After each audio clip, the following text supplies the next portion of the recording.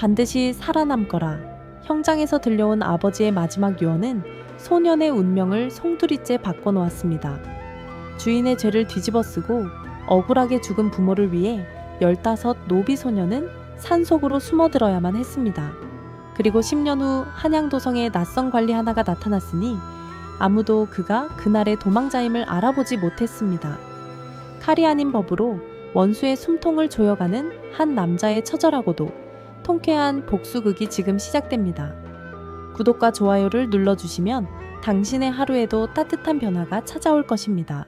한양도성 안에서도 세도가 대단하기로 소문난 최판서 대감의 댁은 언제나 사람들로 북적였으나 그 화려한 기와집 뒤편 행랑채에는 남모르는 소박한 행복이 숨쉬고 있었습니다. 그곳에는 최판서 가문을 30년 넘게 섬겨온 늙은 노비 칠성이가 살고 있었습니다.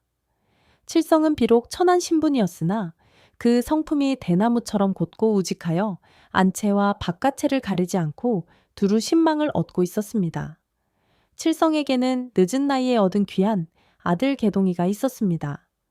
개동은 이제 막 15이 되었는데 노비의 자식이라고는 믿기지 않을 만큼 이목구비가 뚜렷하고 총기가 흘러 넘쳤습니다. 칠성은 고된 하루 일과를 마치고 돌아와 호롱불 아래에서 아들이 흙바닥에 나뭇가지로 글자를 쓰는 모습을 볼 때마다 뼈가 으스러지는 고단함도 잊은 채 흐뭇한 미소를 짓곤 했습니다. 아비의 소원은 단 하나, 비록 자신은 평생 남의 집 마당을 쓸다 갈지라도 자식만큼은 까막눈을 면하게 하여 사람 구실을 하게 해주는 것이었습니다. 아내 순례 또한 그런 부자를 바라보며 남편의 해진 옷을 기워주는 것이 낙이었습니다. 가난하지만 따뜻했던 이들의 삶에 먹구름이 드리운 것은 춘삼월, 따스한 봄볕이 마당 가득 내리쬐던 어느 날 오후였습니다. 칠성이 사랑채의 대청마루 밑을 청소하다가 우연히 떨어져 있던 서책 하나를 발견한 것이 비극의 서막이었습니다. 평소라면 주인을 찾아 돌려주었을 테지만 펼쳐진 페이지에 적힌 숫자들은 어딘가 이상했습니다. 어깨너머로 배운 글 실력으로 칠성이 들여다본 장부는 최판서의 외동아들인 최기태가 관아의 공금을 횡령하여 도박판과 기방에 탕진한 내역이 고스란히 적힌 비밀 장부였습니다. 수년 동안 빼돌린 금액은 실로 어마어마하여 발각된다면 가문이 멸문지화를 당할 수도 있는 중죄였습니다. 칠성의 손이 부들부들 떨리기 시작했습니다. 바로 그때 술에 거나하게 취해 비틀거리며 들어오던 최기태가 그 장면을 목격하고 말았습니다. 칠성과 눈이 마주친 최기태의 얼굴에서 술기운이 단번에 달아나고 대신 서늘한 살기가 피어올랐습니다. 자신의 치부가 천한 종놈에게 들켰다는 수치심과 공포에 사로잡힌 최기태는 그 길로 자신의 방으로 달려가 문을 걸어 잠그고 흉악한 계략을 꾸미기 시작했습니다. 그는 즉시 붓을 들어 거짓 서찰을 꾸며내었으니 칠성이 북쪽의 오랑카에 와 내통하여 역모를 꾀하고 있다는 내용이었습니다. 최기태는 짐짓 울먹이는 표정으로 아버지 최판서를 찾아가 이 조작된 증거를 들이밀며 칠성을 모함했습니다. 평소 충직했던 종을 잘 아는 최판서였으나 가문의 안위와 하나뿐인 아들의 목숨 앞에서는 정의도 양심도 무력했습니다. 최판서는 떨리는 손으로 아들이 내민 거짓 증거를 묵인하며 고개를 돌렸습니다. 그날 밤 칠성의 오두막에는 관아의 포졸들이 들이닥쳤습니다. 단란했던 저녁 식사 자리는 순식간에 아수라장이 되었습니다. 영문도 모른 채 포박당한 칠성은 억울함을 호소하며 울부짖었으나 돌아오는 것은 무자비한 매질 뿐이었습니다. 개동과 순내가 칠성의 다리를 붙잡고 통곡했으나 포졸들은 그들을 짐짝처럼 내던졌습니다. 끌려가는 칠성은 피투성이가 된 얼굴로 뒤를 돌아보며 아들을 향해 입술을 깨물었습니다. 말은 하지 못했으나 그 눈빛은 반드시 살아남거라라 라고 절규하고 있었습니다. 차라리 꾸미기를 바랐던 시간은 잔인하게 흘러 칠성은 형장에서 참수형을 당하게 되었습니다. 형장에는 수많은 구경꾼이 몰려들었고 그 틈바구니에서 개동은 아버지가 형장의 이슬로 사라지는 모습을 두 눈에 똑똑히 새겨야 했습니다. 하늘이 무너지는 듯한 슬픔 속에서 순례는 그 자리에서 혼절하였고 집으로 옮겨졌으나 며칠을 넘기지 못하고 곡기를 끊은 채 피를 토하며 숨을 거두고 말았습니다. 화목했던 가정은 권력자들의 추악한 욕심에 의해 철저히 짓밟히고 파괴되었습니다. 15 소년 개동은 하루아침에 역적의 자식이 되어 부모의 시신조차 제대로 거두지 못한 채 세상에 홀로 남겨졌습니다. 차가운 바람이 부는 텅 빈 오두막에 홀로 남은 개동의 눈에서는 눈물 대신 핏빛 복수심이 타오르기 시작했습니다. 어둠이 짙게 깔린 한양의 밤, 억울하게 부모를 잃은 소년의 비통한 울음소리가 잦아들기도 전에 또 다른 살기가 오두막을 향해 다가오고 있었습니다. 자신의 죄가 세상에 드러날까 전전긍긍 하던 최기태는 아비의 억울한 죽음을 목격한 개동이 훗날 화근이 될 것을 두려워하여 끔찍한 결단을 내렸습니다. 그는 돈으로 매수한 살수 2명을 은밀히 불러들여 오늘 밤 안으로 개동의 숨통을 끊어놓으라 명했습니다. 칠흑 같은 어둠을 틈타 살수들이 오두막을 포위했을 때 부모의 가묘 앞에서 탈진해 쓰러져 있던 개동은 본능적인 위기감을 느꼈습니다. 바스락거리는 낙엽 소리와 함께 번뜩이는 칼날이 달빛에 비친 순간 개동은 뒷문으로 몸을 날려 필사적으로 달리기 시작했습니다. 살수들이 욕설을 내뱉으며 그 뒤를 맹렬히 쫓았습니다. 덤불에 살이 찢기고 돌부리에 걸려 넘어지면서도 개동은 멈출 수 없었습니다. 잡히면 죽는다는 공포보다 이대로 죽으면 부모님의 원한을 갚을 수 없다는 절박함이 그의 다리를 움직이게 했습니다. 한양 성곽을 벗어나 인적 드문 산길로 접어들었을 때 슉 하는 파열음과 함께 날카로운 화살 하나가 개동의 왼쪽 어깨를 관통했습니다. 붉은 선혈이 솟구치고 극심한 고통이 밀려왔으나 개동은 이를 악물고 더욱 깊은 산속으로 파고들었습니다. 살수들은 끈질기게 추격해왔으나 밤안개가 자욱한 깊은 숲속에서 길을 잃고 말았습니다. 그들은 부상당한 놈이 산속에서 살아남을 리 없다며 투덜대고는 발길을 돌렸습니다. 피를 너무 많이 흘려 정신이 혼미해진 개동은 젖은 낙엽 위에 쓰러져 가쁜 숨을 몰아쉬었습니다. 죽음의 그림자가 서서히 눈꺼풀을 덮쳐오던 그때 어디선가 은은한 연불 소리와 함께 희미한 등불 하나가 다가왔습니다. 그 불빛의 주인은 노승 해안 스님이었습니다. 예사롭지 않은 기골과 날카로운 눈빛을 지닌 해안 스님은 산속에 쓰러진 소년을 발견하고는 단번에 그를 둘러 업었습니다. 예순이 넘은 노승이라고는 믿기지 않는 엄청난 힘이었습니다. 스님은 개동을 업고 산세가 험하기로 유명한 천은사로 향했습니다. 개동이 눈을 떴을 때는 사흘이 지난 후였습니다. 낯선 천장과 코끝을 스치는 향, 냄새에 몸을 일으키려던 그는 어깨의 통증에 신음하며 다시 자리에 누웠습니다. 곁을 지키던 해안 스님이 조용히 다가와 탕약을 건넸습니다. 정신이 든 개동은 탕약을 마시는 둥, 마는 둥 하며 자리에서 일어나려 발버둥 쳤습니다. 당장 산을 내려가 최기태 그놈의 목을 물어뜯어서라도 죽여야 한다며 울부짖었습니다. 분노와 슬픔으로 이성을 잃은 소년을 바라보던 해안 스님은 들고 있던 주장자로 바닥을 내리치며 호통을 쳤습니다. 내 놈이 지금 내려가서 무엇을 할 수 있단 말이냐? 상처 입은 몸으로 칼을 든 살수들을 당해낼 수 있느냐?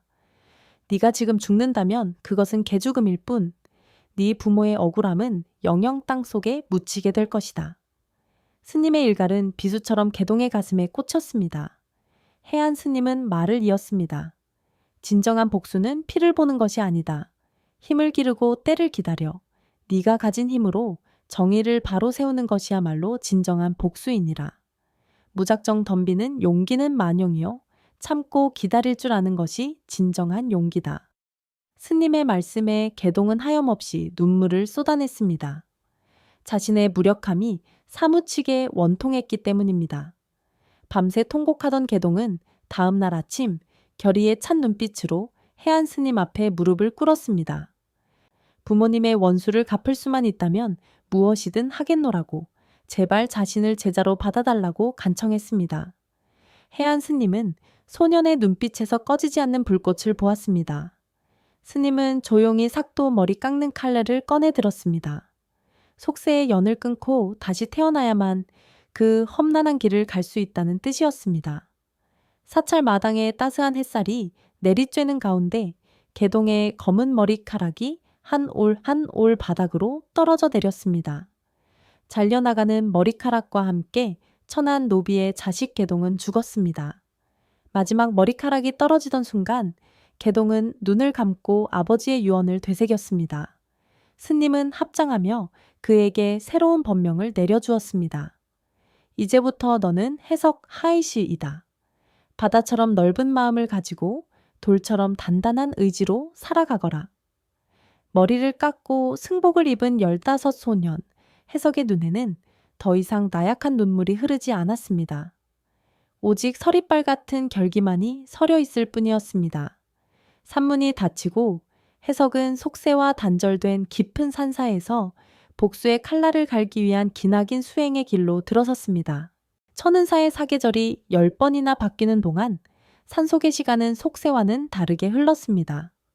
삭발한 머리에 승복을 입은 소년 해석은 매일 새벽 쇠북소리와 함께 일어나 차가운 계곡물로 정신을 깨우며 하루를 시작했습니다.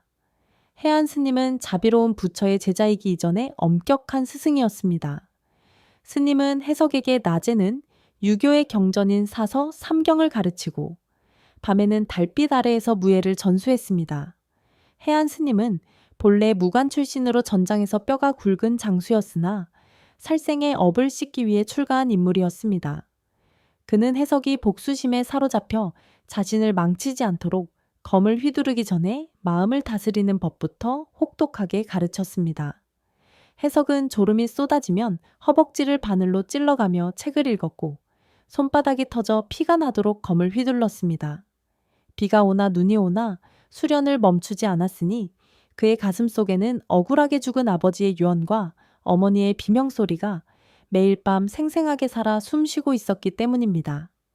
처음에는 연약하여 물동이 하나 제대로 들지 못했던 소년의 어깨는 점차 떡 벌어지고 근육이 단단하게 붙었으며 눈빛은 깊은 호수처럼 고요하면서도 날카롭게 빛나게 되었습니다. 어느덧 10년의 세월이 흘러 해석이 25살의 건장한 청년이 되던 해 해안 스님은 그를 불렀습니다. 이제 때가 되었다. 너는 더 이상 이곳에서 배울 것이 없다. 스님은 하산하여 세상으로 나아가라고 명했습니다. 해석은 스님 앞에 큰절을 올리며 눈물을 삼켰습니다. 스님은 품에서 낡은 서찰 한 통을 꺼내주며 한양 남산골에 사는 박진색에 가라고 일렀습니다. 박진사는 해안 스님의 속가 친구이자 과거 조정에서 강직한 선비로 이름을 날렸으나 간신배들의 모함에 환멸을 느끼고 낙향한 인물이었습니다. 해석이 박진사를 찾아가 서찰을 전하니 박진사는 친구의 뜻을 단번에 알아차렸습니다. 그는 해석의 기구한 사연을 듣고 한참 동안 하늘을 올려다보며 탄식했습니다. 자네의 효심과 억울함이 하늘에 닿았구려. 내 기꺼이 자네의 발판이 되어주리다. 박진사는 해석이 과거 시험을 볼 수 있도록 신분을 세탁해 주기로 결심했습니다. 역적의 자식이라는 족쇄를 끊어내기 위해 박진사는 자신의 먼 친척 중 일찍 요절하여 대가 끊긴 집안의 양자로 해석을 입적시켰습니다. 그리하여 천안 노비의 자식 개동이도 산사의 승려 해석도 아닌 몰락한 양반가의 유일한 후손 강석 장실이라는 새로운 이름이 세상에 태어나게 되었습니다. 새로운 신분을 얻은 강석은 박진사의 사랑채에 머물며 과거 시험 준비에 매진했습니다. 10년간 산사에서 갈고 닦은 학문은 이미 수준급이었으나 그는 자만하지 않고 밤낮으로 글을 읽었습니다. 드디어 과거 시험날 전국의 내로라 하는 선비들이 한양의 과장에 구름처럼 모여들었습니다. 시제가 발표되자 강석은 붓을 들어먹을 듬뿍 찍었습니다. 그의 분놀림에는 망설임이 없었습니다. 아버지의 억울한 죽음과 탐관오리들의 횡포 그리고 백성들의 고통을 뼈저리게 겪은 그였기에 답안지에는 단순한 지식이 아닌 피 끓는 현실과 구국을 위한 통렬한 비책들이 막힘없이 쏟아져 나왔습니다. 해가 질 무렵 붓을 놓은 강석의 얼굴에는 비장함마저 감돌았습니다. 며칠 후 합격자를 알리는 방이 나붙었을 때 장안은 발칵 뒤집혔습니다. 이름도 없던 시골 선비 강석이 댁과 급제, 그것도 장원으로 뽑혔다는 소식 때문이었습니다. 붉은 관복을 입고 어사화를 머리에 꽂은 강석이 금의 환양하여 박진색에 절을 올릴 때 사람들은 그가 10년 전 멸문지화를 당한 노비의 자식이라는 사실을 꿈에도 알지 못했습니다. 이제 강석은 힘없는 소년이 아닌 왕의 교지를 받은 당당한 관리로서 원수들이 득실거리는 조정 한복판으로 걸어서 들어갈 준비를 마쳤습니다. 그의 심장은 복수의 칼날이 아닌 서늘한 정의의 심판을 위해 다시금 세차게 뛰기 시작했습니다. 운명의 수레바퀴는 기이하게도 강석을 원수들의 코앞으로 이끌었습니다. 장원급제 후 강석이 제수받은 관직은 한성부의 판관 자리였는데 그곳의 수장인 한성판윤이 다름 아닌 10년 전 아버지를 죽음으로 내몰았던 원흉, 최 판서였기 때문입니다. 이것은 우연이 아니라 하늘이 강석에게 복수의 칼자루를 쥐어주기 위해 마련한 필연적인 무대와도 같았습니다. 첫 출근 날 강석은 떨리는 가슴을 진정시키며 최 판서의 집무실로 들어섰습니다. 세월이 흘러 흰 수염이 늘어난 최 판서는 강석을 보자마자 자네가 이번에 장원을 차지한 강 판관인가? 아주 듬직하구먼. 하며 껄껄 웃었습니다. 그는 자신의 눈앞에 서 있는 이 위풍당당한 청년이 10년 전 자신이 짓밟아버린 노비칠성의 아들이라는 사실을 꿈에도 상상하지 못했습니다.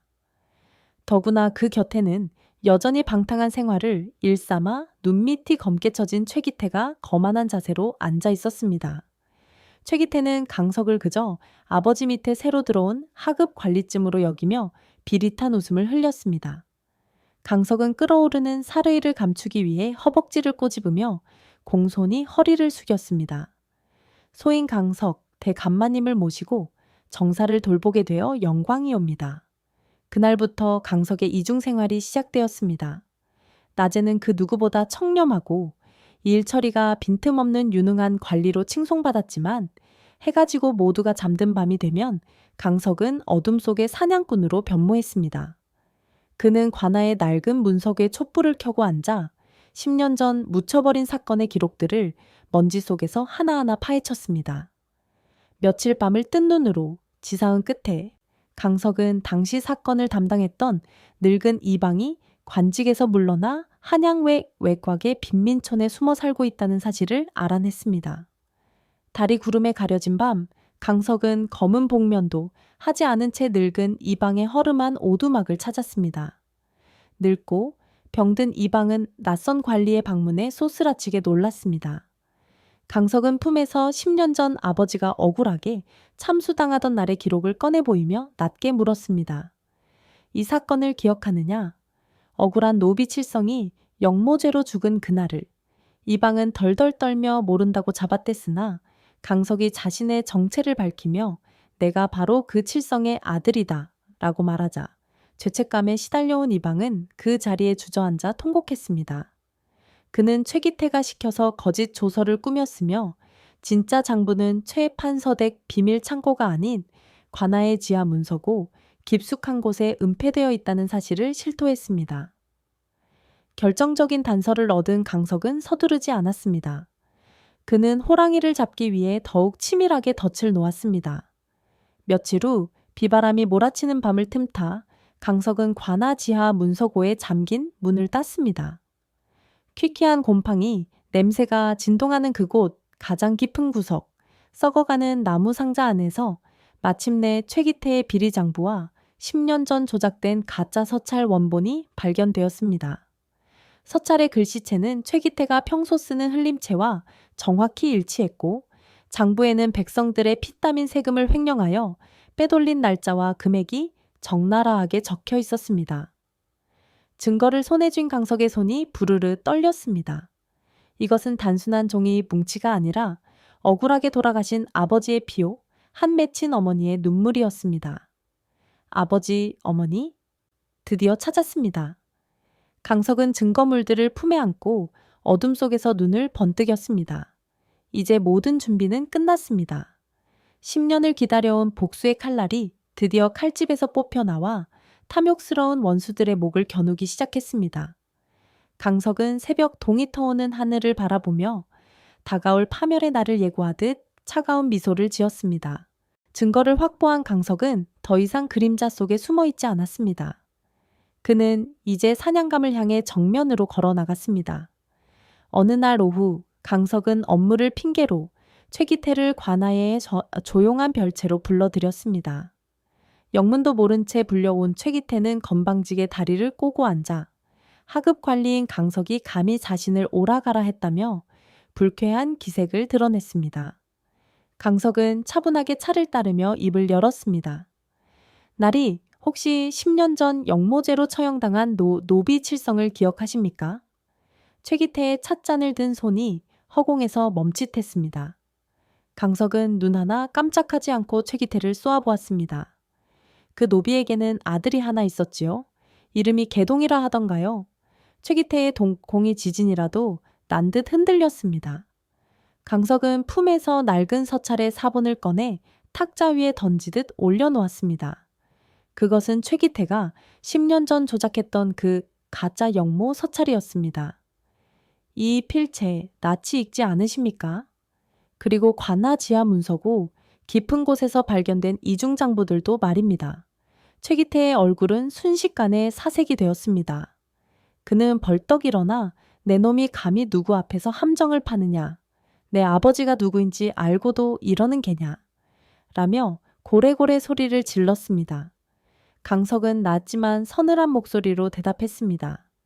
내가 바로 그 개동이다. 내 부모의 피 맺힌 원한을 갚으러 왔다.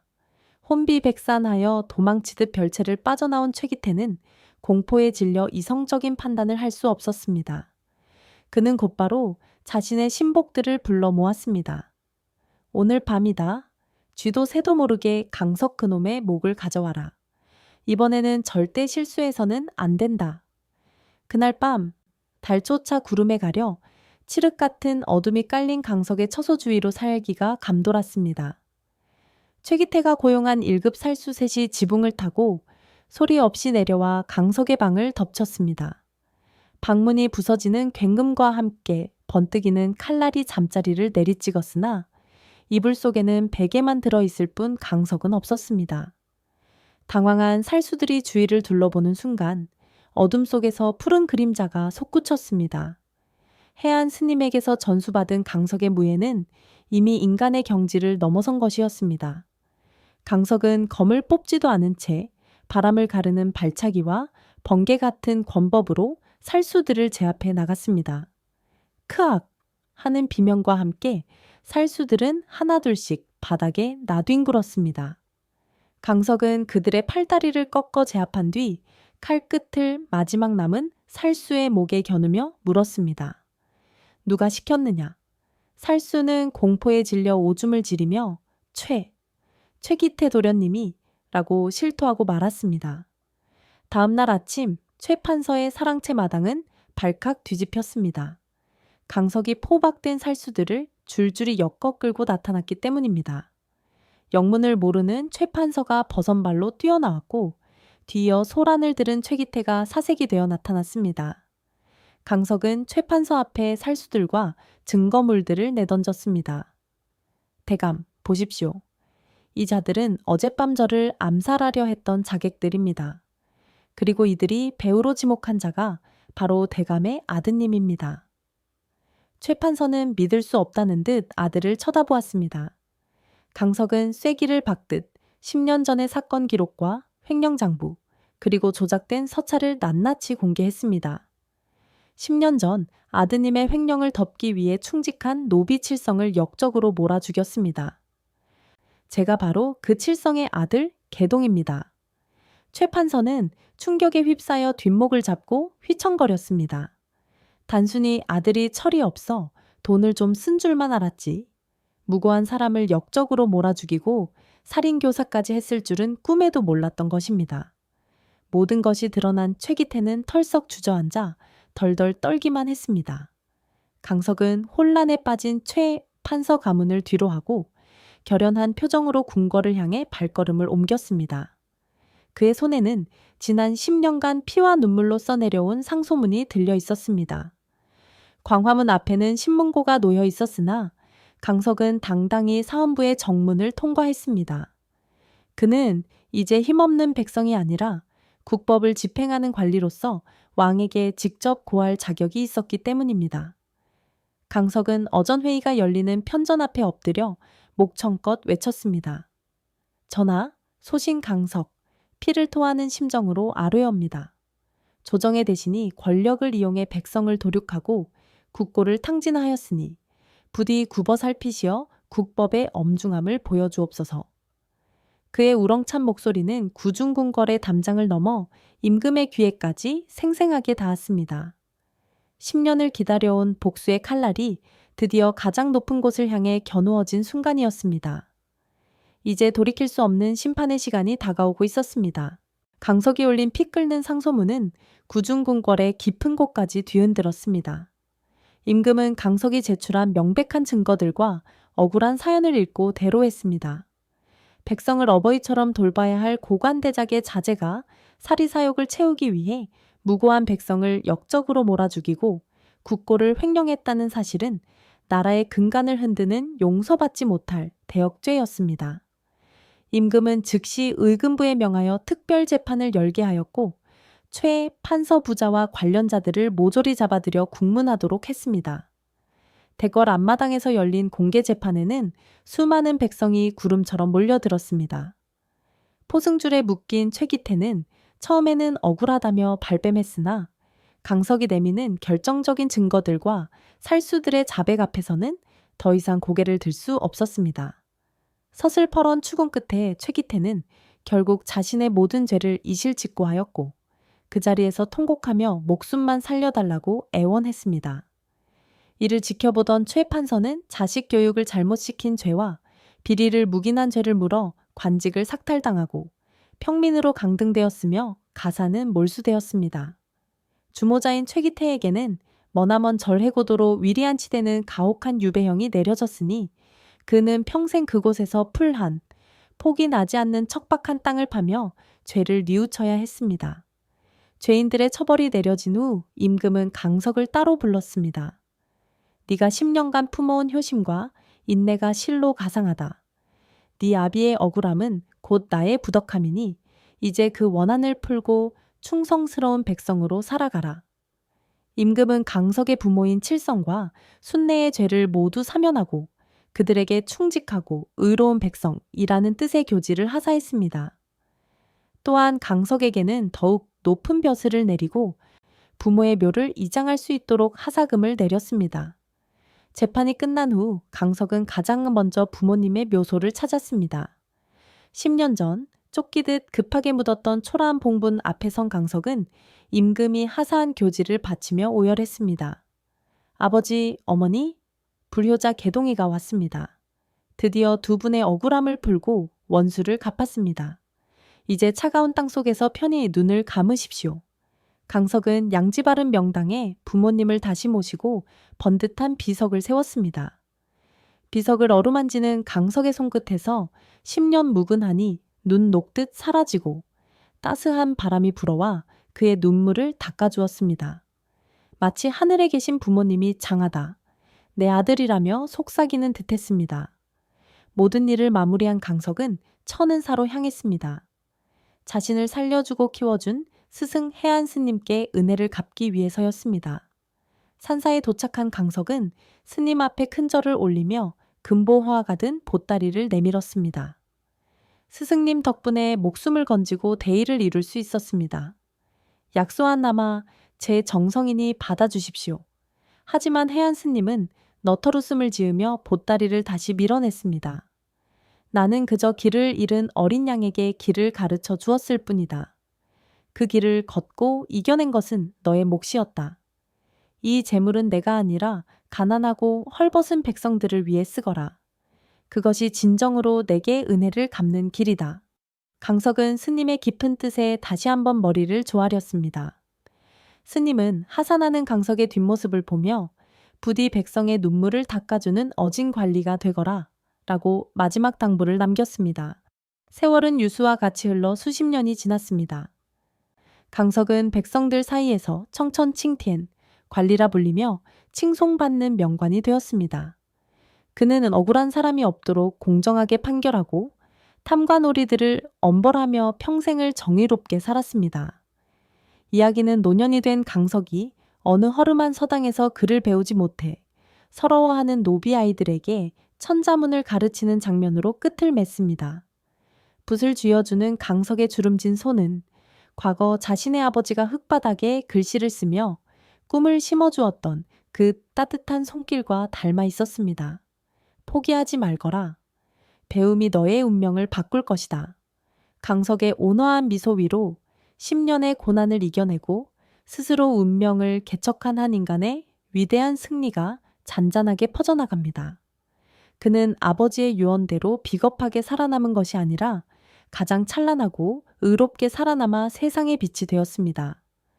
오늘 들려드린 강석의 치열하고도 감동적인 복수 이야기, 여러분은 어떻게 들으셨나요? 억울한 현실 앞에서도 포기하지 않고 자신의 힘으로 운명을 뒤바꾼 강석의 모습 중 여러분의 가슴을 가장 뜨겁게 만들었던 장면은 무엇인가요? 가장 인상 깊었던 부분을 댓글로 남겨주시면 다음에도 더욱 흥미진진하고 가슴 울리는 야담으로 찾아오겠습니다. 구독과 좋아요는 영상 제작에 큰 힘이 됩니다. 감사합니다.